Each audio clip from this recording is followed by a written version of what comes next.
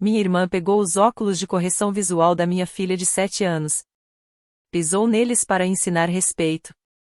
Depois forçou minha filha, que tem deficiência visual, a limpar a mesma cozinha várias vezes enquanto todos assistiam. Eu não gritei. Eu agi. 9 horas depois, a vida deles começou a desmoronar. Era para ser normal. Sempre começa assim, não é?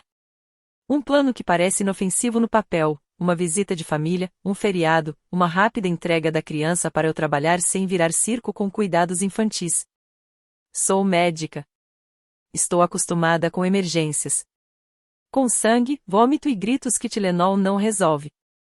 Não estou acostumada a entrar na sala cheia de meus parentes e sentir que algo morreu ali. Não literalmente, ainda. Mas algo. Entrei na garagem dos meus pais exausta, aquele tipo de cansaço que parece viver nos ossos. Meu café tinha acabado 3 horas atrás. A única coisa me mantendo de pé era levar a Grace para casa, colocar o pijama e deixar meu cérebro desligar como um laptop antigo. Abri a porta da frente esperando barulho, caos. O som normal da casa da vovó, desenhos animados, crianças correndo, alguém gritando por suco. Mas a casa parecia encenada. Como se o ar tivesse sido limpo. Minha mãe empilhava pratos no balcão.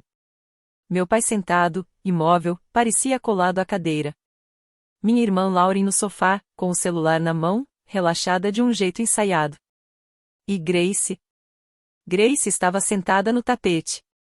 Pequena, imóvel, mãos no colo, esperando um veredicto. Não olhou para mim quando entrei. Isso me atingiu primeiro. Minha filha não é dramática. Não finge emoções. Quando está triste, se cala. Se fecha. E agora ela parecia encolhida, tensa, tentando ocupar menos espaço. Então vi suas mãos. Não estavam esmagadas, nem sangrando. Mas estavam erradas. Vermelhas nos nós dos dedos, um pouco machucadas, daquele jeito que dói no estômago de ver, quando se esfrega algo demais, de forma dura, na pele macia de uma criança. E ela não estava usando os óculos. Grace usa óculos de correção visual desde sempre. Colocar os óculos é automático, como respirar. Sem eles, ela força a visão e sente dor de cabeça. Com eles, ela é só Grace, amante de livros, divertida, observadora, sempre decifrando o mundo como um quebra-cabeça. Ver seu rosto sem os óculos, os olhos levemente desfocados, eu parei na porta. Oi, querida, disse, tentando soar casual, como se nada tivesse mudado dentro de mim. Cadê seus óculos? Grace estremeceu. Não um salto dramático, só um pequeno movimento interno, como se minha pergunta fosse um gatilho. Lauren respondeu antes dela. Eu os deixei cair. O tom dela era liso. Suavidade ensaiada, esperando ver se alguém contestava. Deixou cair onde? Me aproximei. Lauren deu de ombros, olhos ainda na tela. Em algum lugar mais cedo. Minha mãe não olhou para cima. Não é nada, Aaron. Segundo golpe. Quando sua filha tem 7 anos e os adultos acham não é nada, geralmente significa que é algo grave. Ajoelhei diante da Grace. Querida, cadê eles? Grace olhou para o tapete. Eu deixei cair, sussurrou. A voz parecia ensaiada. Lauren riu baixo. Ela está testando limites hoje. Olhei para ela. Que tipo de limites? Lauren finalmente levantou os olhos do celular. Ah, você sabe, tocando no que não devia, desobedecendo, se achando no direito. Minha mãe colocou um prato na pia, com mais força do que o necessário. Criança precisa aprender, disse. Meu pai virou uma página do jornal como se quisesse desaparecer nele. Os ombros da Grace continuavam curvados. Mãos apertadas no colo, desconfiadas de tudo. Do outro lado da sala, Lucas, filho da Lauren, fez uma careta exagerada e cochichou algo para Chloe e Madison, suas irmãs.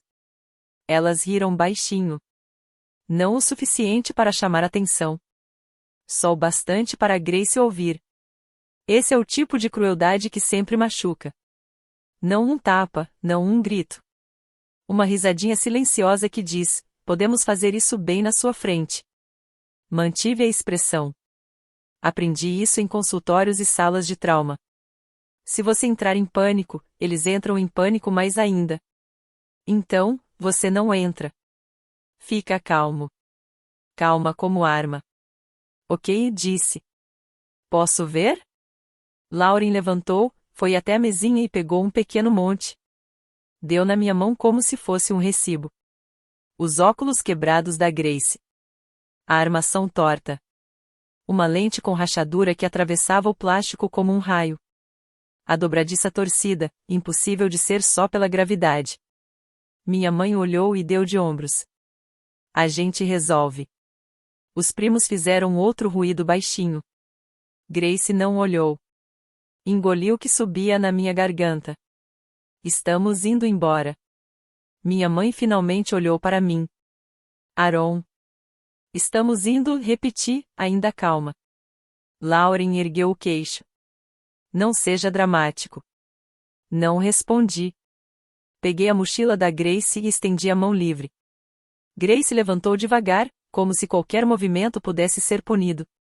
A mão dela deslizou na minha. Fria, rígida. Saímos. No carro, Grace olhou pela janela. Silêncio. Não pressionei. Ainda não. Chegamos em casa. Entrei com ela e, imediatamente, tirei o par de óculos reserva da gaveta. Porque, claro, ela tem reserva. Não sou monstruosa. Sou mãe solteira de uma criança que precisa enxergar. Temos reserva para tudo. Reserva para reserva. Até para acreditar na humanidade. E mesmo essas reservas estão acabando. Grace colocou os óculos. Os ombros relaxaram um pouco. Como se o cérebro finalmente pudesse parar de se esforçar.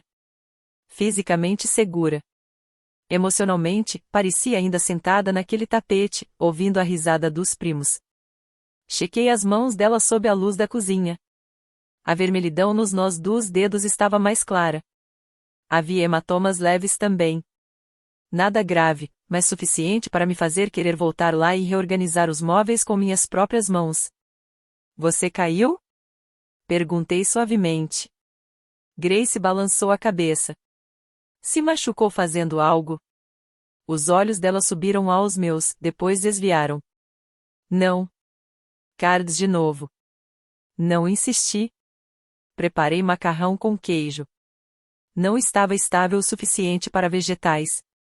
Grace mal comeu. Mais tarde, depois do banho, pijama, cabelo escovado, tentando ignorar o coração correndo dentro do peito, sentei na beira da cama dela. Oi, disse. Pode me contar o que aconteceu hoje? A versão real. A boca da Grace se apertou. Olhou para o cobertor, como se lhe fosse dar instruções. Mantive a voz leve. Você não está em apuros. Não estou brava com você. Eu só preciso entender. Silêncio. Eu fiz algo errado. Minha barriga caiu. Não. Você fez algo que os deixou bravos. Isso não significa que você fez algo errado. Grace engoliu em seco. A voz saiu aos pedaços, como se ela pisasse em minas terrestres. Achei que a tia Lauren estava vendo um vídeo no celular, disse. Ok, então olhei só por um segundo. Ok. E ela ficou muito brava. Muito brava. Os dedos da Grace torciam a borda do cobertor.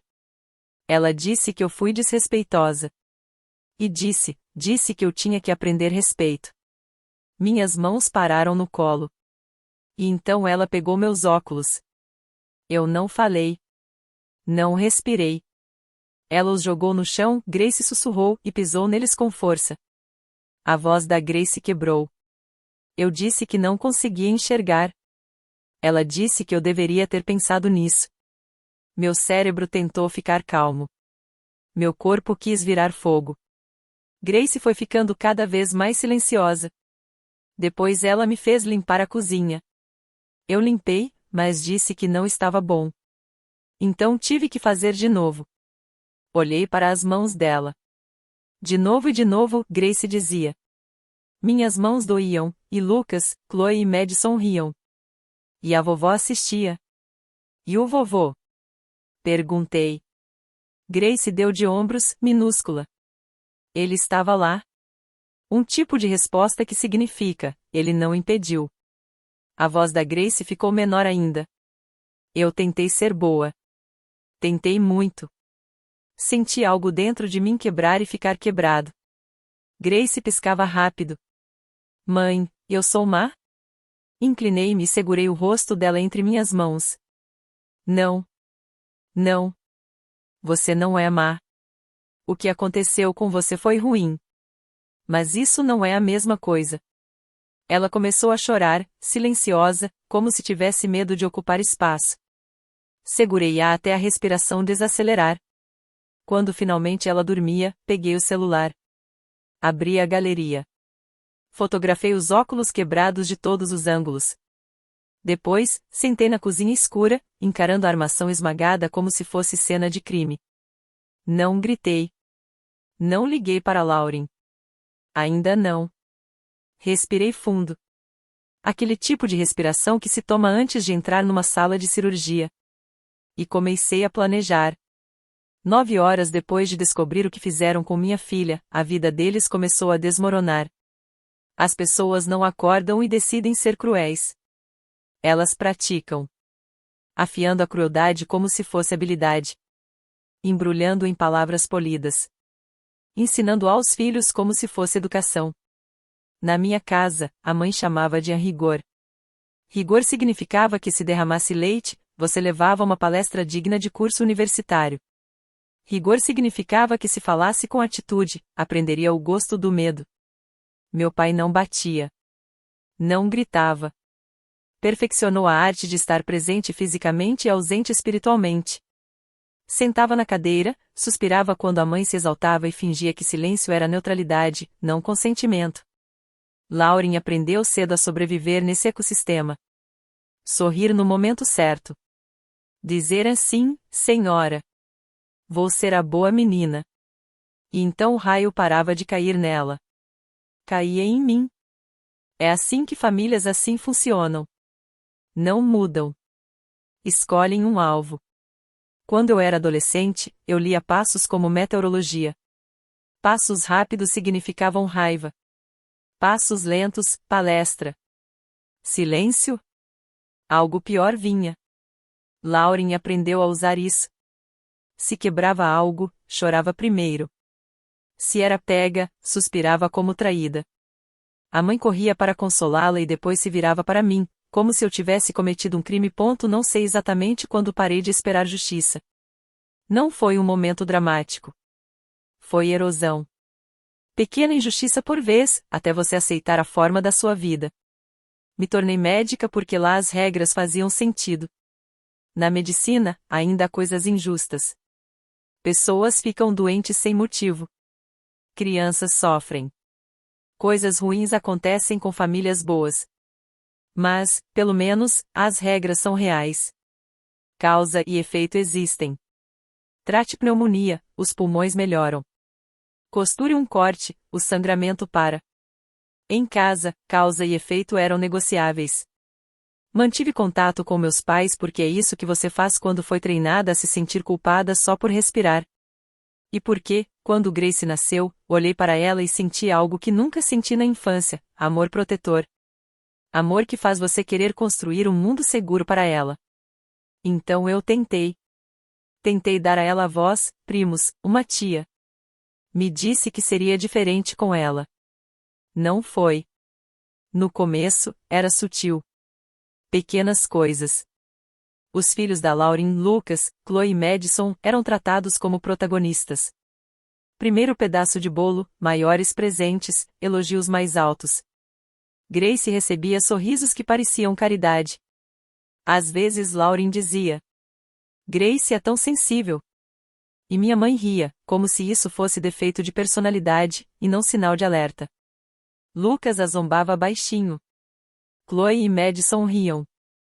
Adultos fingiam que não ouviam.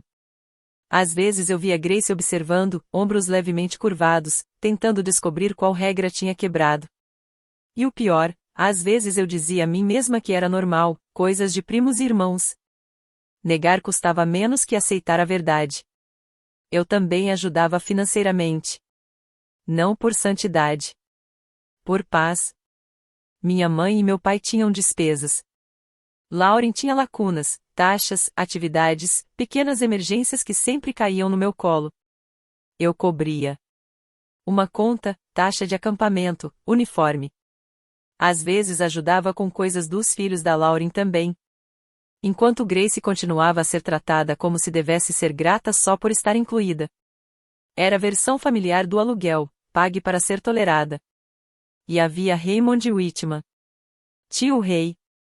Tecnicamente, era tio, talvez tio-avô, dependendo de como você conta. Para Grace, era só tio Ray.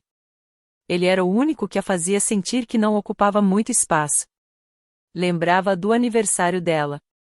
Perguntava sobre os livros. Falava como se ela fosse uma pessoa, não um pequeno incômodo.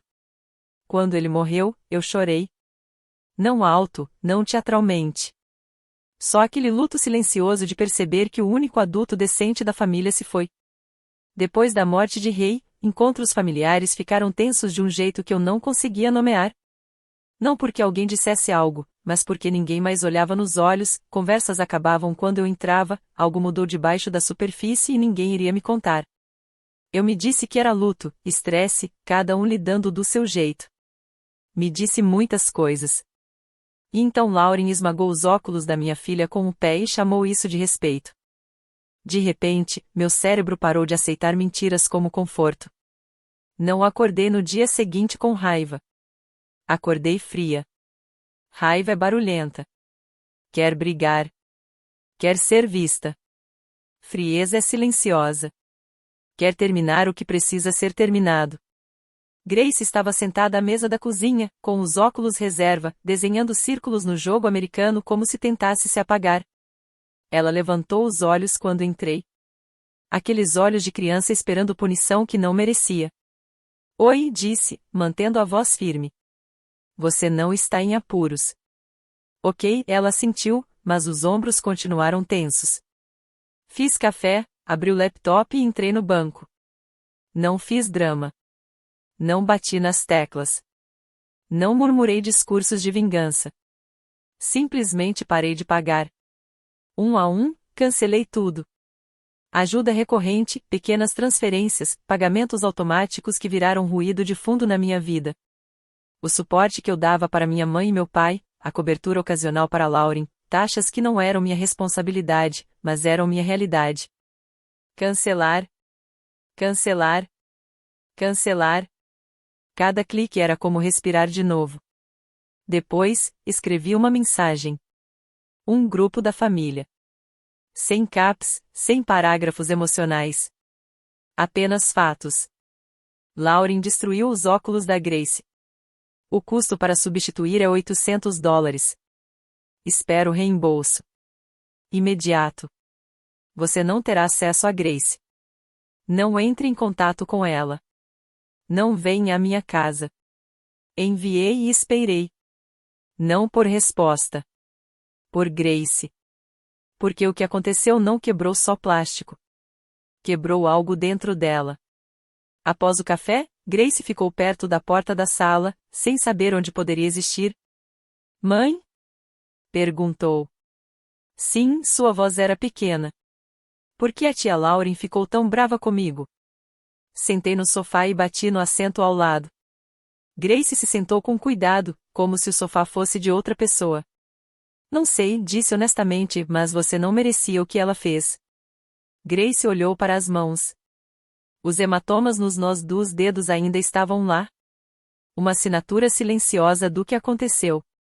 Eu nem fiz nada, ela sussurrou, a voz tremendo de um jeito que faz você querer quebrar o universo por machucar seu filho. Mantive a calma. Me conte o que você lembra. Grace hesitou. Foi bobo. Ok, eu só achei que ela estava vendo um vídeo tipo TikTok. Assenti. Crianças são crianças. Curiosidade não é crime. E quando olhei, Grace disse, franzindo a testa, nem era interessante. Era chato. Coisa de adulto. Que tipo de coisa de adulto?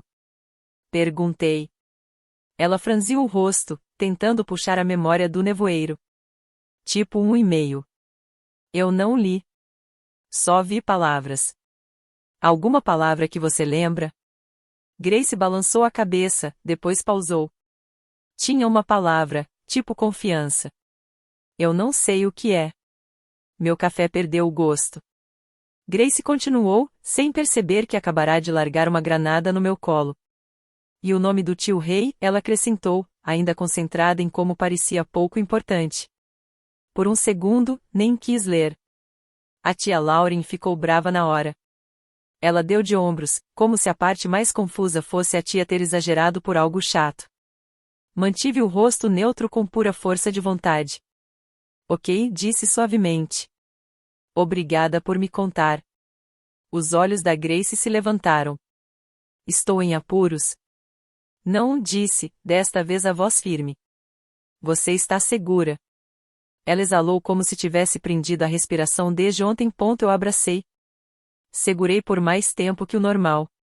Não porque ela precisasse, embora precisasse, mas porque eu precisava do lembrete. Ela estava comigo, e não no chão de alguém, esfregando até os dedos ficarem roxos. Então meu telefone tocou. Lauren. Minha mãe e meu pai estavam no viva voz em 10 segundos, como se fosse uma emergência coordenada. Lauren nem disse um oi. Que mensagem é essa? A voz da minha mãe cortou, afiada. Aaron, o que você está fazendo? Mantive a voz calma, neutra. Acabou. Lauren bufou. Acabou com o quê? Seu chilique. Você destruiu os óculos da Grace e disse. Vai pagar por eles e não vai ver minha filha. Lauren reagiu rápido demais. Não foi isso que aconteceu. Minha mãe entrou na conversa imediatamente, como se estivesse esperando. Ela os deixou cair. E você está cancelando os pagamentos? Lauren acrescentou, como se isso fosse o verdadeiro crime. Sério mesmo? Meu pai não disse nada. Claro. A negação da Lauren era atrapalhada, misturada com justificativas que ela não conseguia evitar. Não destruímos nada, disse. E então, imediatamente, estava sendo desrespeitosa. Ela precisa de consequências. Então qual é? Perguntei. Acidente trágico ou punição? Escolha uma mentira e se comprometa, Lauren. Hora de amadores. Não discuti. Não vou mais pagar por você, disse. E você não vai tocar na minha filha. A voz da minha mãe subiu. Você está destruindo a família. Não, disse calma. Vocês fizeram isso quando ficaram lá, parados, assistindo. Houve um silêncio. E nesse silêncio, ouvi algo que nunca tinha ouvido deles antes, medo. Porque a coleira arrebentou. Lauren sibilou. Você não pode fazer isso. Quase ri. O senso de direito era impressionante. Já fiz, disse. Não ligue para Grace. Não venha aqui. Pague pelos óculos. E então desliguei. Não porque tivesse vencido uma discussão, porque não tive discussão. Grace espiou pela porta. Era a tia Lauren. Forcei minha voz a ficar suave de novo. Sim. Os olhos da Grace encheram-se de lágrimas. Ela está brava? Deixe ela ficar brava, disse. Não é seu trabalho consertar isso. Naquela noite, depois que Grace dormiu, sentei no laptop de novo. Não era minha conta bancária desta vez. Pesquisei, Raymond Whitman, obituário, escritório de advocacia, inventário. As mesmas palavras chatas de adulto que Grace havia descartado. E, pela primeira vez, a pergunta na minha cabeça não foi: por que ela fez isso? Foi: o que eles estavam escondendo que a fez fazer isso? O escritório do advogado cheirava a café desistido da vida. Michael Harris estava calmo do jeito que só quem lida com desastres de papelada consegue. Tinha aquele tipo de rosto que dizia: já vi famílias desmoronar por menos que uma torradeira. Eu contei a versão curta. A versão útil, os óculos da Grace, o esmagamento, a limpeza forçada, a fixação no respeito, o telefone, a palavra confiança, o nome Raymond Whitman em um e-mail. Michael não se alterou. Apenas acenou lentamente, como quem confere itens na cabeça. Você quer saber se havia um traje? Disse. Eu quero saber por que minha irmã reagiu como se minha filha de 7 anos tivesse cometido espionagem, respondi. A boca de Michael se moveu quase num sorriso. Justo. Ele pediu nomes, datas, relações. Também dos meus pais. Documentos legais não ligam para mãe e pai. Não prometeu milagres. Prometeu processo. E então, porque a vida gosta de socos em padrões, avançamos. Não porque nada aconteceu. Mas porque foram e-mails, ligações, e esperar. Aquele tipo de espera que faz a pele coçar. Quando Michael me ligou de volta, a voz dele mudou. Não estava em pânico, nem dramática. Só mais pesada. Há um traje, disse. Meu estômago caiu mesmo assim. Vinculado a Raymond Whitman, continuou. Sua filha está listada como beneficiária. Segurei o telefone com mais força. Quanto? Michael fez uma pausa, como se deixasse o número cair na minha mente. $240 mil, disse. Devidos à sua filha, retidos. Sentei tão rápido que quase perdi a cadeira. Minha filha, Grace, $240 mil. E não estava perdido. Não era engano. Não era papelada atrasada. A próxima frase de Michael transformou meu frio em algo mais afiado. Seus pais estão nomeados como trustees, disse. E não há registro de distribuição para sua parte. Minha boca secou. Eles simplesmente mantiveram. Michael exalou. Sim.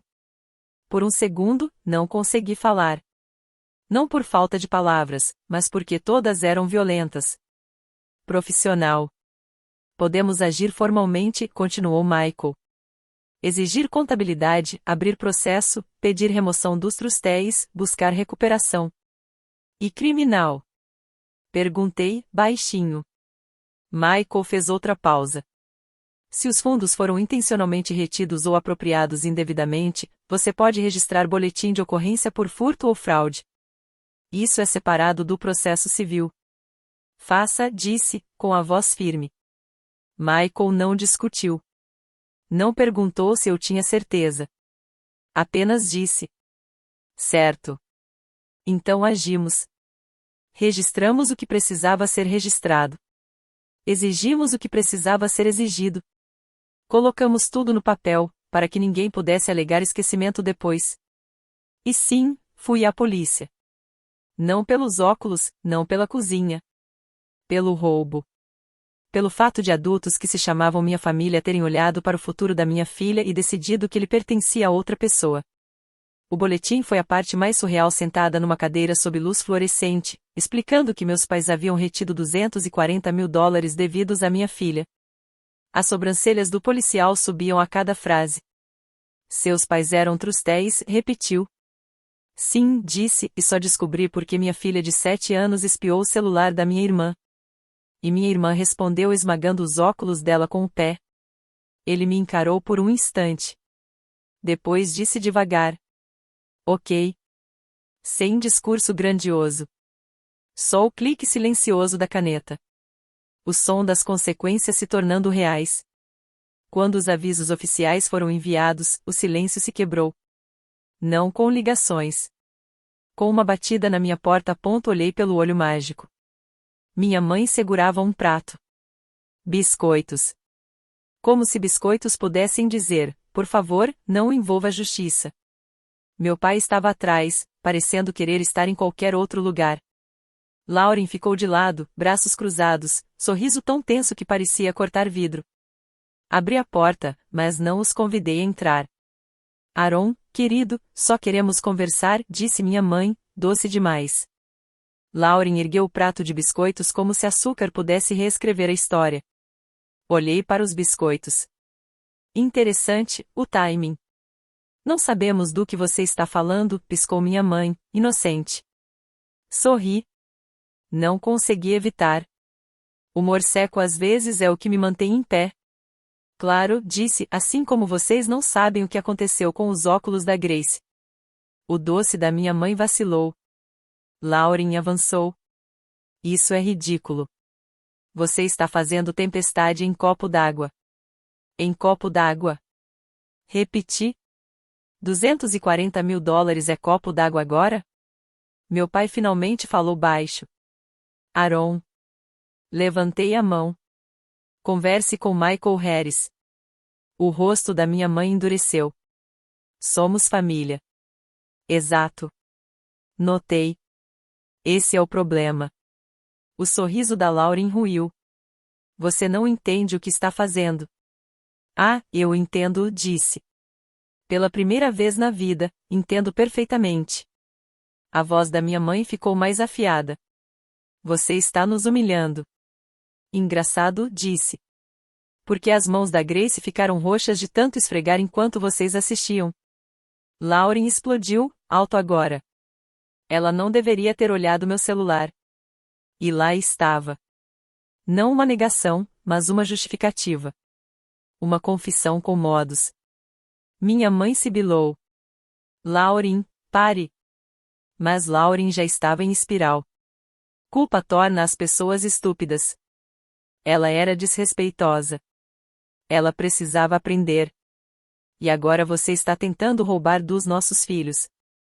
Ri, curto e frio. Dos seus filhos? Minha mãe avançou, olhos faiscando. Você tem ideia do quão injusto isso é? Inclinei a cabeça. Diga. A boca dela se apertou, e então ela disse. O que engasgavam desde a morte de Raymond Whitman. É injusto, disse. Grace vai receber muito mais que os outros netos.